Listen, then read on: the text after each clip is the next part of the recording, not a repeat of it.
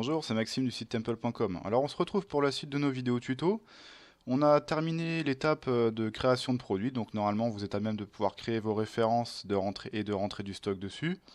Je pense que vous avez commencé à vous en créer quelques-unes. En tout cas, c'est mon conseil, pour passer à la suite de ce tuto, avoir quand même créé pas mal de références pour avoir de la matière pour travailler. Alors moi, j'en ai créé de mon côté plusieurs références, vous allez voir. On va rentrer dans le catalogue. Alors j'ai vraiment créé un petit peu de tout, hein, c'est c'est vraiment différent ce qu'on va trouver au niveau des produits, des coques de téléphone, du prêt-à-porter, des produits de soins, des meubles, etc. Donc c'est vraiment pour qu'on ait toutes sortes d'exemples.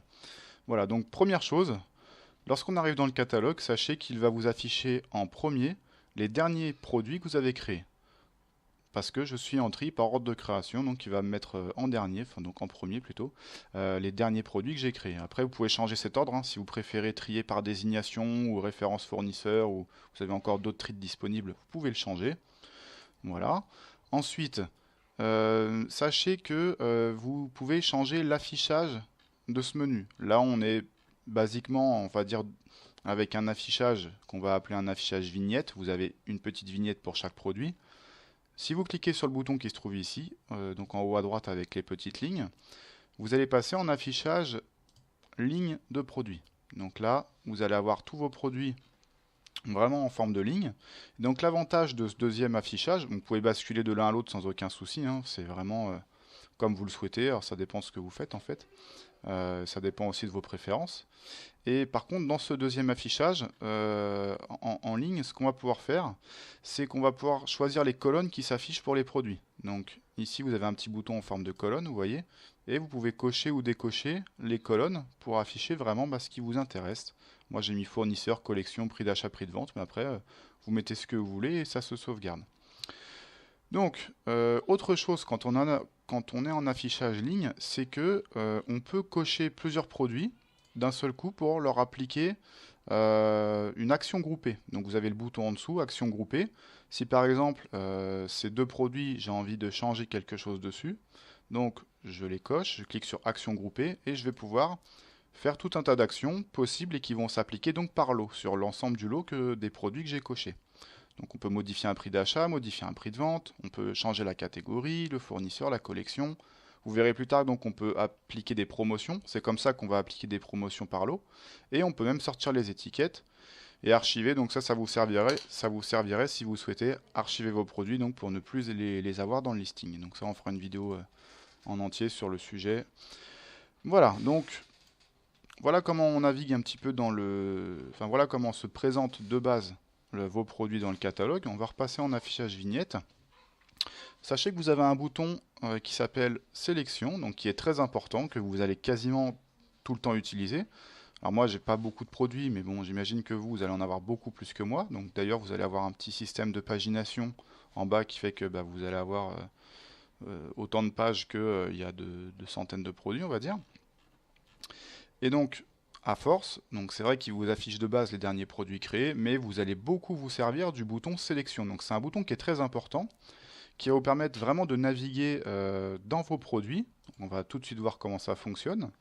Donc tous les filtres possibles pour afficher, puisqu'il s'agit bien d'un système de filtres, hein, tous les filtres qui sont possibles d'utiliser pour avoir les produits vraiment qui nous intéressent à l'écran se trouvent sur le côté gauche. Donc on peut filtrer par fournisseur, par catégorie, par collection. On peut même utiliser les champs custom. Par exemple, vous savez qu'on avait créé les couleurs dans les champs custom pour pouvoir filtrer et avoir uniquement les produits noirs par exemple, ou les produits bleus.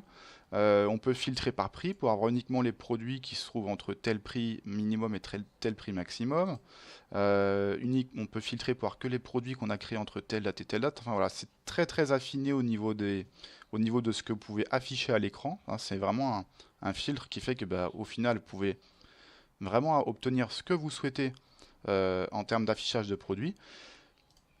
Alors, et sachez une chose, donc, c'est que ces filtres peuvent se cumuler les uns les autres. C'est-à-dire que si par exemple, je vais, on va dire, dans le fournisseur cocher ce fournisseur-là plus celui-ci, donc déjà ces fournisseurs vont se cumuler si j'applique, je vais avoir les 7 produits qui se trouvent à l'intérieur.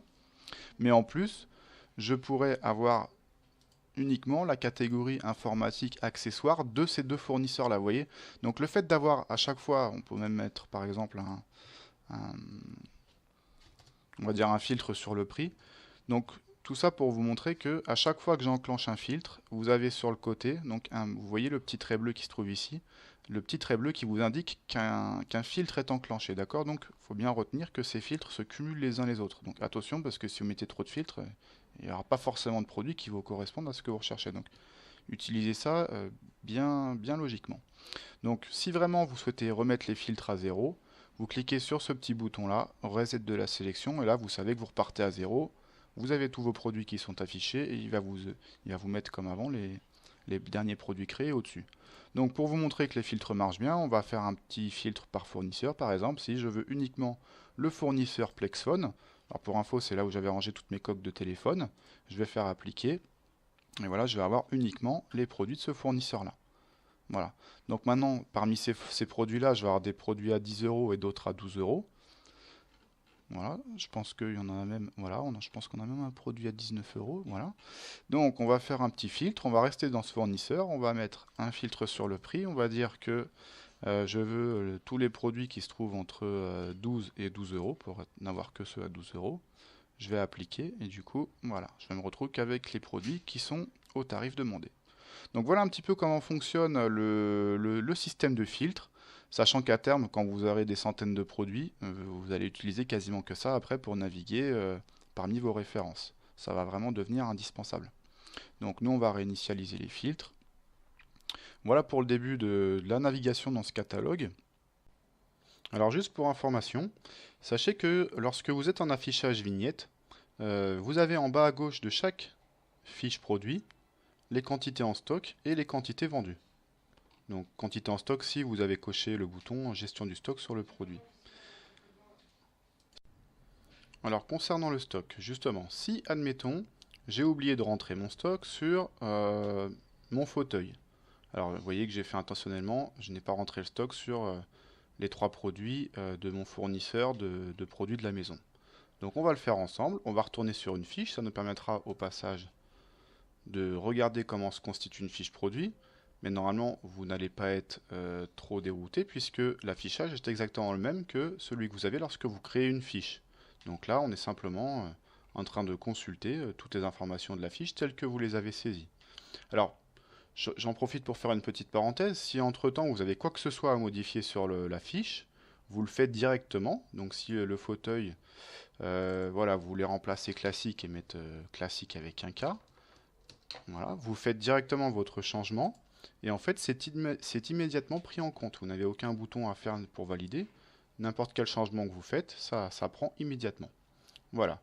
Donc on retrouve exactement les mêmes onglets qu'on avait avant, général, prix, variante, s'il y avait des variantes, etc.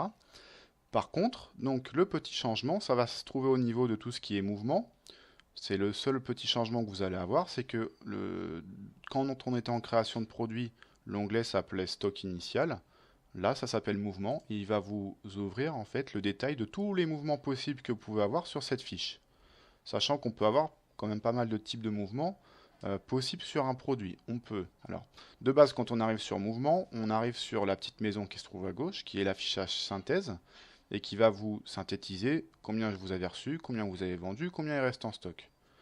Donc, c'est ici stock, réception et vente, avec à chaque fois le détail pour chaque magasin. Après, sur le côté gauche, vous avez tous les types de mouvements possibles.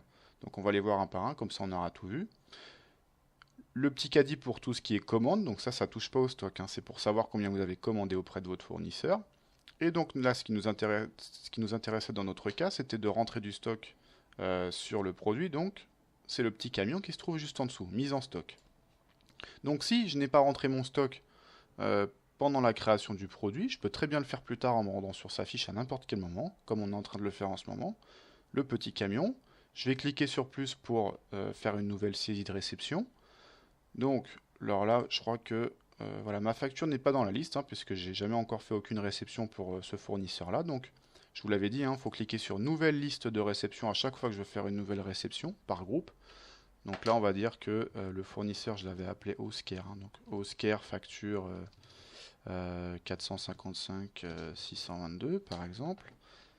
On met la date de la réception, on va valider la réception dans un premier temps pour l'avoir dans la liste. Et une fois que je l'ai dans ma liste, donc vous voyez ça se place tout de suite dessus, hein, donc j'ai rien de spécial à faire. J'ai plus qu'à rentrer mes quantités sur le produit. Donc ce fauteuil, on va dire que j'en ai rentré 5, enregistré. Et donc là, vous voyez que ça m'a fait une réception, une mise en stock de 5 pièces. Donc si je retourne après dans la petite maison qui va me synthétiser, on va voir que j'ai reçu 5, donc j'ai 5 en stock. Hein, nous on distingue bien combien vous avez reçu et combien il vous reste en stock. Lorsque vous ferez des ventes, donc si vous vendez 2 fauteuils classiques Chair Noire, vous allez avoir 3 en stock. Mais vous saurez toujours que à l'origine vous en aviez réceptionné 5. Voilà. D'ailleurs, si vous cliquez sur le petit camion et qu'on voit, donc en fait, globalement, en fait, on va voir que vous en avez reçu 5, mais si vraiment vous souhaitez avoir le détail de ces 5 pièces reçues, vous cliquez sur le petit bouton qui se trouve à côté et ça va vous dérouler le détail de toutes les réceptions qui ont été faites sur les différentes factures éventuellement, parce que vous pouvez très bien avoir reçu ce produit tout au long de l'année sur différentes factures, avec à chaque fois la facture, le numéro, la date du document, les quantités. Et donc ce qui est bien, c'est que si vraiment vous êtes trompé, à n'importe quel moment, vous pouvez faire la petite corbeille pour supprimer cette réception. Ça fait comme si vous l'aviez jamais saisi et ça recalcule votre stock. Voilà, donc ça c'est une première astuce quand on se trompe, quand on saisit mal les quantités. Même si c'est des quantités que vous avez saisies en créant le produit, on peut très bien revenir sur la fiche plus tard, cliquer sur le petit camion et la corbeille pour supprimer ce qu'on a fait. Alors si vraiment j'avais pas rentré 5 pièces mais 4, alors soit vous supprimez avec la corbeille et vous refaites une réception, ou soit on a une petite astuce. On peut aussi cliquer sur... donc je vais me remettre sur le camion, on clique sur le plus, on se remet sur le même document, et comme on peut avoir qu'une seule entrée par document, il suffit de retaper la quantité, donc on va mettre 4 au lieu que ce soit 5, on va enregistrer, et il va s'apercevoir qu'il en avait déjà tapé 5 une autre fois dans ce document-là. Donc une saisie est déjà présente dans ce produit. Si vous validez, ça effacera la précédente saisie. Donc vous voyez là, je vais venir écraser, donc ça mettra 4 à la place de 5 si je dis oui. On va valider. Et là, donc, du coup, mon stock va bien, enfin, mon entrée en stock va bien être de 4. Et du coup, sur mon produit, je vais bien avoir plus que 4 en stock. Donc ça, c'était une petite astuce. On va tout de suite voir ensemble les autres types de mouvements. Comme ça, on aura vraiment fait le tour de tout ce qui vous est possible de faire au niveau des mouvements sur une fiche. Commande, je vous l'ai dit. Donc ça, tous les mouvements marchent de la même façon. Je ne vais pas leur réexpliquer à chaque fois parce que c'est vraiment la même logique. Vous cliquez sur plus pour saisir un nouveau document. Si par exemple, vous souhaitez faire une nouvelle commande, il faut faire une nouvelle liste de commandes, donc un nouveau numéro de commande. Ça doit normalement correspondre à ce que vous avez commandé auprès de votre fournisseur. Et c'est le même principe, vous tapez votre quantité, c'est à chaque fois la même chose. Donc commande, voilà, c'est vraiment vos commandes fournisseurs, on ne va pas revenir dessus. Ensuite, vous avez le petit dollar, donc lui, là c'est que du visuel par contre, hein, parce que pour saisir des ventes, évidemment, ça va se passer en caisse. Mais là, vous allez pouvoir visualiser combien vous avez fait de ventes sur le produit. Donc ça va être à chaque fois, chaque mouvement, de toute façon, trié par magasin. Donc, ça ne s'arrête pas là. Si vous cliquez sur les 3 petits points, vous allez obtenir encore d'autres types de mouvements. Donc, on fait les 3 petits points parce qu'on ne les affiche pas tout le temps. Ce n'est pas des mouvements que vous allez utiliser normalement tous les jours. Mais ils existent. Donc, vous avez les retours fournisseurs. Donc ça, c'est à utiliser lorsque vous voulez retourner des produits à votre fournisseur, par exemple si c'est des défectueux ou ce genre de choses, et que vous souhaitez les sortir. Donc là, vous cliquez pareil à chaque fois sur plus et vous faites une sortie de stock pour que vous retourniez les produits au fournisseur. Ensuite, vous avez la correction d'anomalie. Donc ça va vous servir à chaque fois que vous constatez une anomalie donc, sur le produit. Si par exemple physiquement vous avez 5 produits en stock, mais que vous vous apercevez que dans le logiciel il y a écrit 6, vous allez dire, tiens, il me manque un produit, comment que ça se fait? Donc normalement, il faut essayer de regarder si par hasard c'est pas une erreur de saisie au niveau de vos réceptions, mais si vraiment c'est une anomalie parce que le produit est manquant, a été volé ou détruit ou n'importe quoi d'autre, il faut bien le sortir du stock. Alors ça peut être dans les deux sens, hein, ça peut être une insertion dans le stock ou une sortie. Vous cliquez sur plus, pareil, il faut faire une nouvelle liste de correction. Vous saisissez -1 si vous souhaitez retirer du stock, ou +1 pour rajouter dans le stock, ou -2 pour en sortir 2 du stock, +2 pour en rajouter 2, enfin voilà. Ça va venir corriger la ligne de stock existante. Donc là, il ne faut pas saisir le stock que vous souhaitez voir apparaître, mais bien une ligne corrective. Voilà, et enfin, dernier bouton, vous avez stock minimum.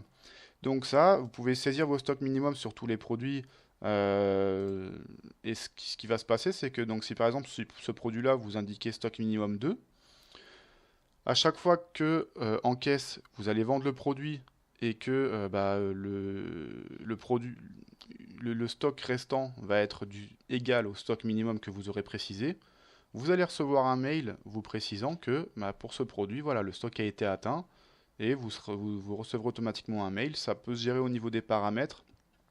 Donc vous pouvez choisir quels sont les mails rattachés à vos comptes qui vont recevoir la notification comme quoi le stock minimum a été atteint sur le produit. Bah écoutez, on a fait le tour de la fiche produit. Ah non, alors, dernière petite chose, excusez-moi, j'allais oublier les petits boutons qu'on trouve sur le côté encore ici. Éditer les étiquettes du stock de ce produit. Donc ça va vous permettre de sortir tout de suite les étiquettes vraiment de ce qu'on trouve en stock pour le produit.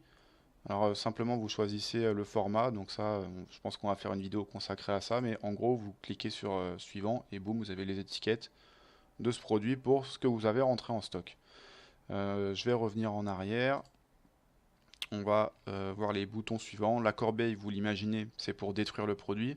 Attention, vous ne pouvez pas détruire un produit sur lequel il reste des mouvements, donc par sécurité. Si vraiment c'est un produit que vous venez juste de créer et que vous êtes trompé, il n'y a pas de souci, vous faites la corbeille. Après, si c'est un produit qui a eu du vécu avec des ventes, etc., là vous ne pourrez pas le supprimer, c'est normal. Donc après, ce qu'il faudra faire, c'est l'archiver. Donc ça, il y aura une vidéo là-dessus qui vous expliquera comment on peut archiver des produits, ça se passe dans le catalogue. Et enfin, le petit bouton qui se trouve au milieu, créer un produit à partir de celui-ci. Donc ça, on l'avait déjà un petit peu vu puisque ça revient au même. Vous savez, la page qui vous est présentée quand vous avez fini de créer un produit, il vous propose, on l'avait vu ensemble, créer un produit avec les mêmes caractéristiques, ben, ça revient au même. Ça vous permet de partir de ce produit-là pour en créer un nouveau avec exactement les mêmes caractéristiques. Donc si je veux le même mais en blanc, vous allez simplement changer le nom. Toutes les caractéristiques vont être les mêmes et vous pouvez valider pour donc créer un nouveau produit identique. Eh bien écoutez, voilà tout pour l'explication du fonctionnement du catalogue et donc de la fiche produit. On se retrouvera pour la suite des vidéos qui vous expliquera une nouvelle méthode, encore une troisième méthode on va dire, pour rentrer vos stocks encore différemment. A très vite.